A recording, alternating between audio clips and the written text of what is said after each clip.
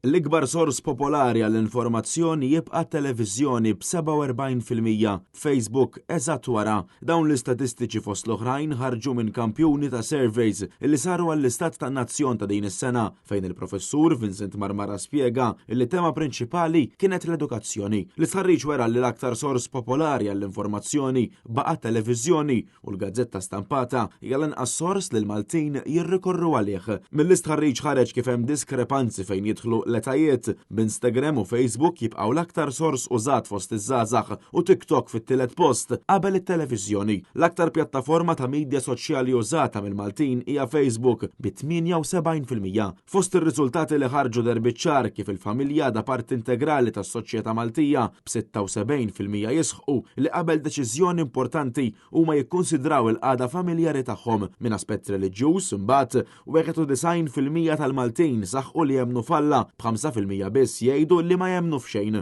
Madankollu 58% huma dawk li jqisu r-reliġjon bħala fattur importanti fil-ħajja tagħhom. Fost iż-żgħażagħ però wieħed minn 5 biss iqisu r-reliġjon bħala fattur importanti fil-ħajja. Rigward il-kultura u l-lingwa Maltija, 75% tal-poplu juża l-Malti bħala l-lingwa primarja. Bil-festa Maltija tibqa' identifikata mill-poplu bħala l-aktar aspett importanti tal-kultura tagħna. Min-naħa l-oħra 80% saħħu li jidentifikaw ma' partit, però 31% biss huma dawk li jagħtu importanza kbira lill-politika. 64% qalu li dejjem ivvutaw lill-istess partit u li ser jibqgħu jagħmlu dan, bi 42% jgħidu li jbidlu l-vot tagħhom skont il-ħtiġijiet ta' dak iż-żmien. Dan filwaqt li rriżulta li 75% ser joħorġu jivvutaw f'elezzjoni ġenerali. Vincent Marmara spjega kif dawn ir-riżultati ser jiġu analizzati minn aspett li jiffoka aktar fuq l-edukazzjoni e kif din hija tema prinċipali ta' din is-sena. L-intelligenza artifiċjali u ċ-ChatGPT huma l-ħbieb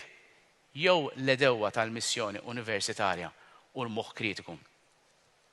Dan huwa dak kollu li ser niddiskutu llum. Dawn huma l-mistoqsijiet li qegħdin jitkellem dwarhom il-poplu.